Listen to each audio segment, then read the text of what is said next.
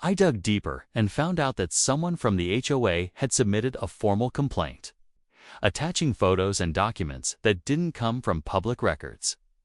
That's when I realized they'd been watching me, probably for months. They'd gone through every inch of my property line, trying to find a crack, something they could use to make me look like the problem. Meanwhile, the story was starting to spread.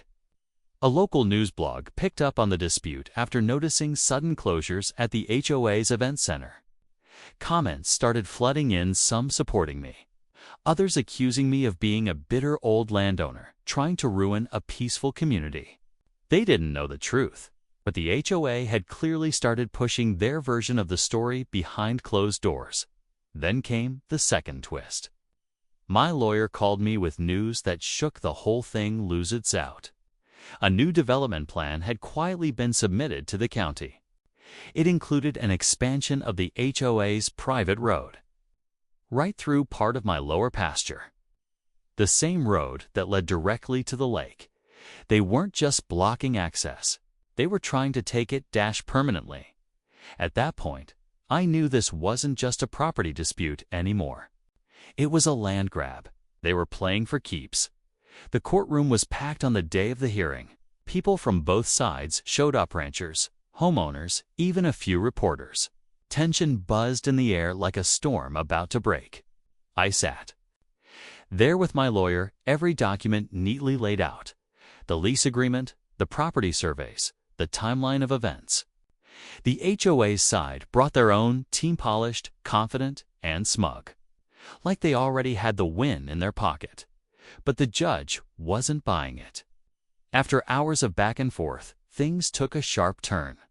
My lawyer presented aerial images, dated records, and most importantly, the original land lease signed, sealed, and crystal clear. The judge leaned in as the HOA's attorney fumbled through their rebuttal. When it came down to it, they couldn't prove ownership of the lake access or justify blocking it. The fence was ruled unauthorized, and the lease was terminated legally with full rights returned to me. The HOA's mansion, their pride and joy, was now standing on borrowed ground I could reclaim or sell at will. That should have been the end. But just as the courtroom started to clear, the final twist dropped. A homeowner from the HOA, an older man I'd never met before, approached me outside. He handed me a flash drive. "You need to see what's really going on," he said quietly, glancing over his shoulder. Later that night, I plugged it in.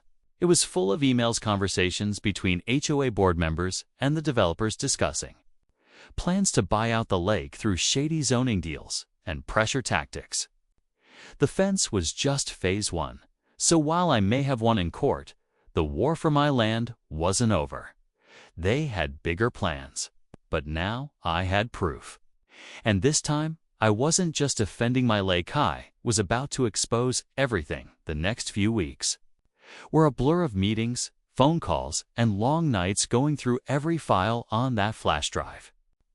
What I found was worse than I imagined: backdoor deals, falsified maps, even emails suggesting they'd try to have parts of my land reclassified. It wasn't just about real estate anymore. It was a pattern of manipulation, all built around one goal: take control of the lake, no matter who stood in the way. But now, I had the upper hand. With help from my lawyer and a few local allies, I turned everything over to the county. An investigation was opened, and soon after, the HOA board was forced to step down. Some members resigned quietly. Others tried to deny it all. But once the emails went public, the truth spoke louder than anything they could say. The mansion was emptied out for good. The fence was torn down by order of the county. And access to my lake was fully restored. No locks, no barriers, just the quiet water and the peace I'd fought to protect. A few homeowners from the HOA even reached out to apologize. Turns out, most of them had no idea what was going on behind closed doors. They were just people trying to live their lives, caught in the middle of something much bigger. I kept the flash drive in my desk drawer, just in case. And while I never planned on becoming the guy to take on an entire HOA, I learned something important: stand your ground, know your rights, and never underestimate the power of a paper trail. The ranch is quiet again. The lake's as still as ever. And now, when I walk down to the water, I do it knowing this land is mine, free and clear, just like it always should have been. Meanwhile, the HOA board was getting nervous. Word had spread fast that I'd pulled the plug on their mansion lease, and suddenly they were scrambling. They sent a letter asking to revisit the terms and offered a meeting on neutral ground. Of course, but I wasn't ready to talk. Not yet. Not until I understood what kind of game they were playing. So I started watching, asking questions, even drove past their meetings just to see who showed up. That's when I noticed something strange. A group of real estate agents once tied to the original developer were attending those meetings regularly. It's almost like they were calling the shots. At the same time, the lake itself became a hot topic. Turns out the HOA had been advertising lake access to potential buyers, even though it wasn't legally theirs. That made me wonder how many homeowners in that community even knew the truth. How many paid premiums, thinking they'd bought into a lakeside lifestyle that was never theirs to begin with. There were layers to this, more than I ever expected, and every new detail just pulled me deeper. I knew I was close to something big, but I also knew this wasn't going to end quietly. The pressure kept building. After weeks of silence, I finally got served on official notice from the HOA's legal team claiming I was interfering with their operations. They demanded that I reinstate the lease or face further legal action. That's when it all snapped into focus. This wasn't just about a lake or a fence or even a contract. This was a power move. They were trying to flip the narrative, paint me as the unreasonable landowner, while they kept selling their dream of exclusive lakeside living. But I had the facts, and I had the paperwork to prove every inch of that land was mine especially. The phone started ringing more, mostly local folks and a few ranchers I barely knew. Word had gotten out that something was going on between me and the HOA, and people were choosing sides. Some wanted me to take a stand, said they were tired of being pushed around too. Others warned me to be careful. They've got money. One neighbor whispered, and they know people in high places. But it was too late to back off. I'd already crossed the line when I ended the lease. Then, one morning, I spotted a crew on my property against surveyors, wearing HOA branded vests, measuring new points near the lake. They didn't have permission. No call, no notice. Just walked in like they owned the place. That was it. I got in my truck and drove straight to the courthouse. What I filed that day wasn't just a legal move, it was personal. I was done waiting. Done being polite. The ranch, the lake, the contract hit was all on the table now. And as the court date loomed, so did the storm. Because once this hit the public record, there'd be no going back. And I had a feeling the real fight hadn't even started yet. A few days after filing the case, just when I thought I had the upper hand, something unexpected happened. I got a letter not from the HOA, but from the county zoning office, it claimed. There was an open investigation into a possible violation on my property. They were questioning the validity of some of my fencing, the original easement to the lake, and even the structure of my old storage barn, which had been standing untouched for years. The timing was too perfect to be a coincidence. It all started with a fence, not just any fence, one that came out of nowhere, cutting straight through the land I've owned and cared for over 2 decades. One morning, I headed down to my favorite spot by the lake on my ranch, just like I always did. But this time, something felt off. There it was, a freshly built, cold metal barrier stretching across the path, locked up tight. My access to the lake was completely blocked, and the kicker: it was built by the HOA from the luxury development next door, without a single word to me, At first, I thought it had to be a mistake, a miscommunication. So I reached out, calmly, hoping we could clear things up. But instead of an apology, I got a cold, legal response claiming they were protecting community interests.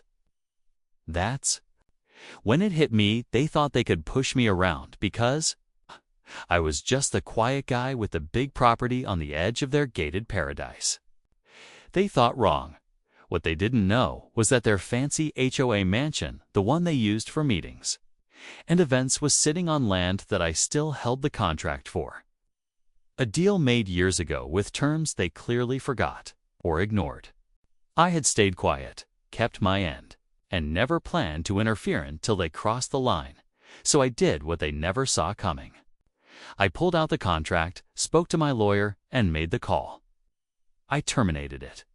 Now the mansion stands empty, their events canceled, and the community's in a full-blown panic.